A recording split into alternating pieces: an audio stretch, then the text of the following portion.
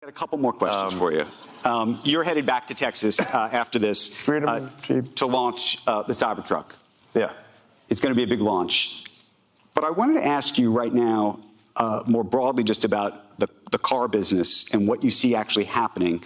And specifically, the government put in place lots of policies, as you know, to try to encourage more EVs. And one of the things that's happened uniquely is you have now a lot of car companies saying, actually, this is too ambitious for us. These plans are too ambitious. 4,000 dealers, I don't know if you saw just yesterday, sent a letter to the White House saying, this has gone too far.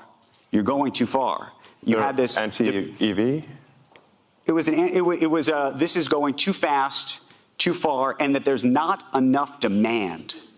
Underneath all of this is this idea that maybe there's not enough demand for EVs, that the American public has not bought into they bought into it with your company, but they haven't bought into it broadly enough. Well, I think if you make a compelling electric car, people will buy it, no question about it.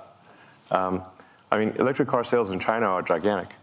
That's by far the biggest category. Right. And I think that would be the case, it's worth noting, so probably the best refutation of that is that the Tesla Model Y will be the best-selling car of any kind on Earth this year. Of any kind, gasoline or otherwise. Is there another car company that you think is doing a good job with EVs? I think the Chinese car companies are extremely competitive. By far our toughest competition is in China. So, there's a lot of people who out there who think that the top 10 car companies is going to be Tesla, followed by 9 Chinese car companies. I think they might not be wrong. So China is super good at manufacturing, and the work ethic is incredible. So, if we consider different leagues of competitiveness at Tesla, we consider the Chinese league to be the most competitive.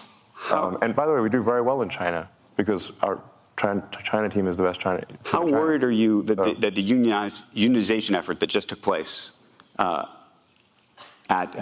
shouldn't say effort, but the new wages and the like at GM and Ford, that they're coming for you? And they are coming for you. What is that going to mean to you and your business? Well, I think it's generally not good to have an adversarial relationship between people on the line, one group at the company and another group. In fact, I disagree with the idea of unions, but perhaps for a reason that is different than people may expect, which is I just don't like anything which creates kind of a lords and peasants sort of thing. And I think the unions naturally try to create negativity in a company and create a sort of lords and peasants situation. There are many people at Tesla who have gone from working on the line to being in senior management. There is no lords and peasants. Everyone eats at the same table. Everyone parks in the same parking lot. At GM, there's a special elevator only for senior executives. We have no such thing at Tesla.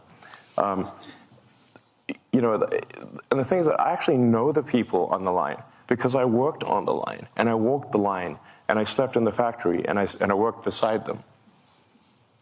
So I'm no stranger to them.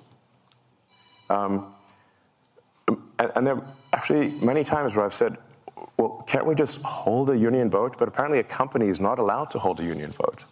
So it has to be somehow called for, but the unions can't do it. So I said, well, let's just hold a vote and see what happens. The actual problem is the opposite. It's not that people are trapped at Tesla building cars. The challenge is how do we retain great people to do the hard work of building cars when they have like 6 other opportunities that they can do that are easier. That's the actual difficulty, is that building cars is hard work, and there are much easier jobs. And I just want to say that I'm incredibly appreciative of those who build cars, and they know it. So there's I don't know, maybe there will be unionized. If I say, if Tesla gets unionized, it will be because we deserve it and we failed in some way. But we certainly try hard to ensure the prosperity of everyone. We give everyone stock options. we've made many people who are just working the line, who didn't even know what stocks were, we've made them millionaires.